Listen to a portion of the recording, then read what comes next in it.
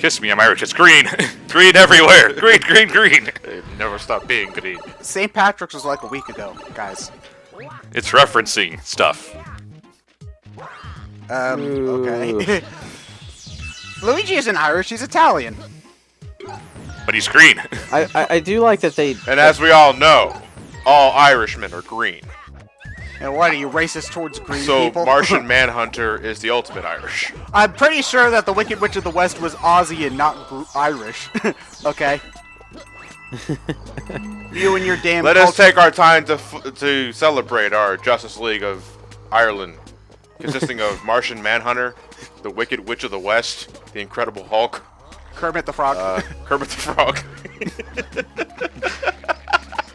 Man, this is a weird Justice League. You and your damn cultural appropriation. Someone needs to make that an actual crossover fan fiction. Oh, I'm pretty sure there's already merchandise in a third world country. That's how I know about the Avengers, consisting of Batman, Spider-Man, and then Avatar from the Avatar movie. Wait, what Avatar? Wait, which Avatar? I don't know, just one of them. The blue one. The blue one. Oh, okay. No, I was asking which Avatar movie, as in, like, the bad one because it's a Shyamalan movie, or the bad one because James Cameron just really liked making pretty pictures and didn't care about anything else that day. I'm gonna say, like, Avatar, the Blue Elves movie, isn't terrible. It's just not particularly notable for anything other than the special effects and shit. Here's the thing, though. From what I remember, the only way to watch the movie and get that same wow factor was IMAX, and nobody's playing Avatar in IMAX anymore. So it is literally impossible to watch the movie the way to best experience it. There's like no, you can still get that effect if you are one of the 2.5 people on the planet who shelled out for a 3D television. Oh, so you know people who Which can died off anyway. So people who can afford a $5,000 TV for one movie. Okay, got it. Yeah. Well, you know, I have a feeling those televisions will be a lot more common in the years to come because there's a lot more stuff, and we're getting more and more stuff over time that supports stereoscopic 3D. So Thank you, 3DS. I would say 3D TVs are not even going to be a thing until 4K is the standard for at least another 10 years. yeah, speaking of, the Sony's releasing a new version of the PS4 with 4K. Oh, the 4.5 rumors? Yeah. Has it been officially announced? No, that's just a rumor still. Oh. Okay. At the time of this recording, anyway. I can't wait for us to be completely wrong 5 weeks from now. Yeah. But I know we're not wrong on the Wii U ceasing production. I thought that was just a rumor at this point in time, though. We're not entirely sure yet, but it looks like a good deal. The poor thing, honestly, like the Wii U, I feel like it's going to be compared to the Dreamcast in a lot of ways, especially because... Here's the people thing. are saying Saturn more. No, here's the thing about the Saturn and the Dreamcast, though. They didn't get consoles immediately afterward that were completely compatible with all their games, so... Well, we don't know if the NX is going to be compatible with all the Wii Oh, U's there's no yet. reason for it not to. And Nintendo would have to be stupid not to. But the thing about the Wii U is that it has so many great games. I've probably put way more time into my Wii U than I have my Wii, honestly. So, I would agree there, yeah. yeah, so it's a shame that the thing's dying off. Fuck this green star, man. Okay. Well, you know, if the next console is compatible with the entire Wii U library, the same way the last two consoles were compatible with their previous generations, then you know it won't burn quite as much. And oh Yeah. god, I had exactly this amount of this gravity shift right here is such a pain in the ass. I enjoyed getting all of the green stars, Lewis says. I didn't say I enjoyed getting all of them. I said I enjoyed getting most of them. It's only a very rare green star in this game that's really a pain to get. Like that one. And in most cases where it is a pain, it's usually just because it's a boring green star, like the ones in Battle Belt and Boss Rush Galaxy. I don't even remember what Boss Rush Galaxy is called, that's how boring that level is. I think it's Boss Blitz. Well, Boss Blitz is the one with all the Galaxy 1 bosses. Yeah. Is there one for Galaxy 2 bosses, too? Yeah, Galaxy 3 will most likely have it. Oh god. Honestly, I know I've said this before, but I still really hope that they don't make a Galaxy 3. That's. I wouldn't mind a Galaxy 3. I think that Not that's. saying, you not know. saying, not saying that that's what I really want, but if it is, I wouldn't care. No, I'd you know take what? a Galaxy 3 before a Mario 3 rehash, but I still would No, rather you know have what, something original. A Galaxy 3 on the NX would be pretty goddamn nice, if only because it's a 2-generation jump, and you know that would be dazzling with the Galaxy aesthetic. Holy shit. This game is 2 generations old. Yep. It's still weird to me that you could easily argue that GameCube games are retro. Because Well, you know, I'm not old, damn it. well, you know, technically the Wii was, you know, the PS3 360 generation, but hardware-wise, it was barely a notch above GameCube PS2. GameCube. it's kind of So- weird though. People were very quick to label the N64 as a retro console because I remember calling the people saying that was retro like right after the Wii and 360 and PS3 came out. But it's been taking a significantly longer amount of time for people to say that the GameCube was a retro console, like GameCube, PS2, Xbox. Yeah, because people were calling NES and shit retro in 2007. Yeah. It's now 2017. 2016. So I'm going to go out on a limb and assume that part of the reason for that is that when people talk about retro consoles, they tend to talk about them from a bit of a nostalgic glamour point of view. or Not they so don't know much. the meaning of the word retro. No, when they say retro, they don't just mean old. They mean old in the same sense that a literature buff might mean classic. So, like, Well, there are old books from 20 years ago, but then there are also classics. You know? Well, literature also has the. A classic, I think, is defined by its quality, not so much age. Well, yeah, but that's where nostalgia comes in. Like, you know, we're And talking also- retro consoles. We don't think about all the shit games that those consoles had, though. We think about Mario and Sonic and Also, Pac-Man. And, John, as an English major, I would argue the statement that just because a book is called a classic because it has supposed quality to it. Because I had to read Moby Dick this semester, so yeah. I'm sorry, whatever college professor it was a number of years ago. James Joyce is boring. No, boring. James Joyce sucks. I'm sorry.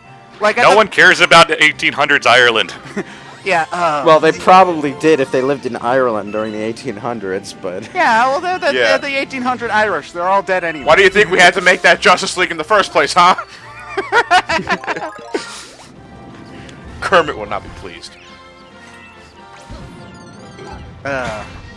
Oh man, now that you're mentioning Kermit, I'm just remembering the Nostalgia Critic Spawn review, where there's this cheap store-bought Kermit Muppet that was a stand-in for the devil at one point.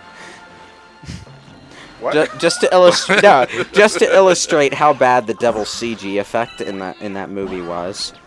The video opened up with Kermit the Frog devil in hell. Hi ho, Kermit the Okay. Frog here. I'm here to take your soul and torture it for all eternity.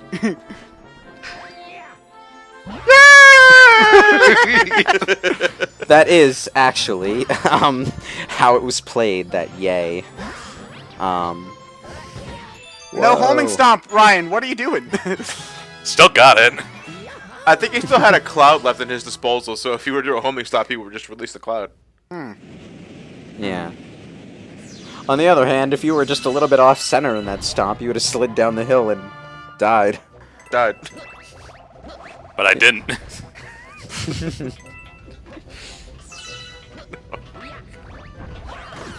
Ah. So who do you think put the Lego pieces together to make this castle? Bowser Jr. Bowser Jr. He did the entire End thing. of discussion. The entire thing all by himself. Yeah. Yup. A kid in his imagination. Oh, this one was stupid. This green star. It's like, okay, you want to know how you find this green star? You get to that planet right there, and you see it when you're standing at the checkpoint, and you realize you have to start the level all over. Fuck! That's exactly how you find out where that one is. Well, unless you found your way up to the wall before you got to the green stars, like I did. Oh, well, aren't you special? Yeah, I'm pretty special. Okay. You got it, boss. Oh, actually, you probably wouldn't see it when you're standing on it, but probably in the launch star over is probably where you'd see When it. you're already launching yourself to the other side. Yeah, basically.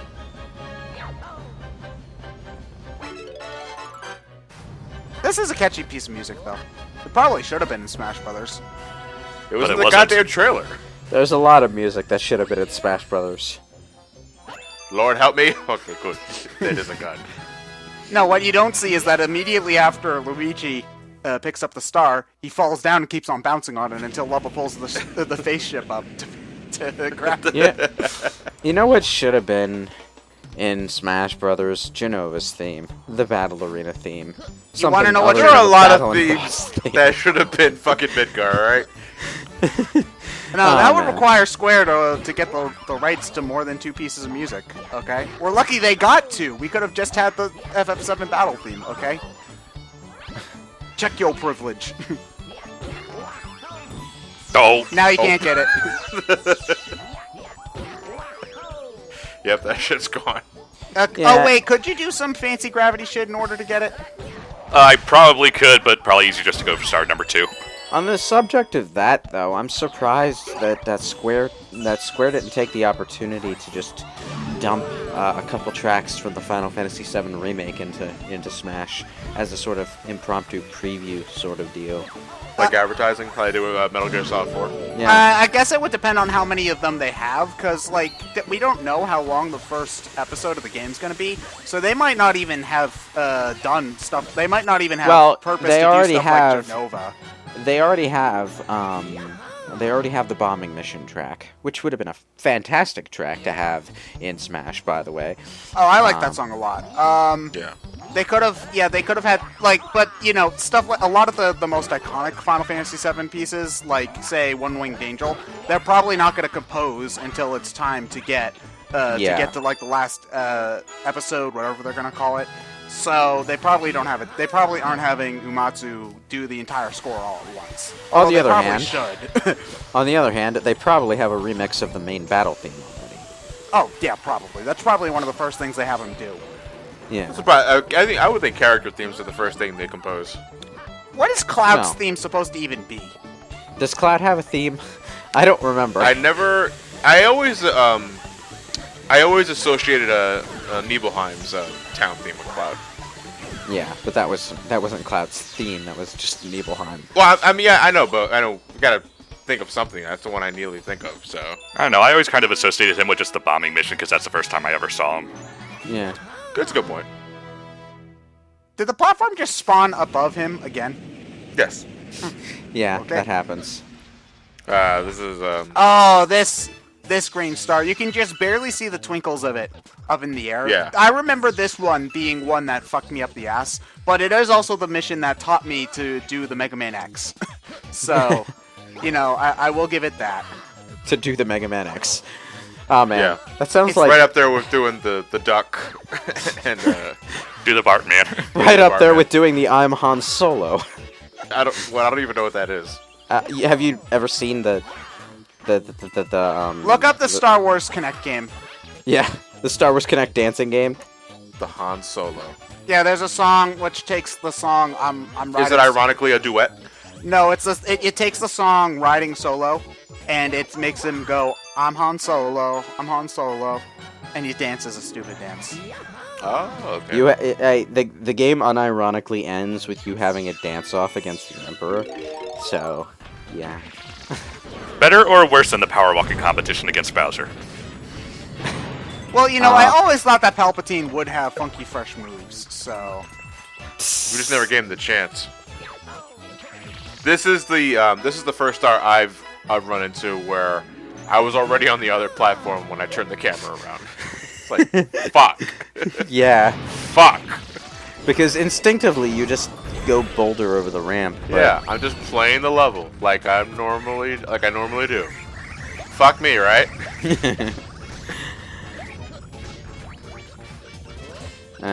When you're editing through all the transitions and stuff, though, this green star portion of the game does go by pretty fast. Yeah. You're welcome. Like we said, it is also inherently faster because you don't. There are some Lewis. times where you don't have to go through the entire galaxy. to Lewis, get the this star. this is the second part of Green Stars. We've got 7 more left. Nobody knows. Well, compare that to 30 parts of gold stars, okay? Yeah, but that's like the actual game. Yeah, I know.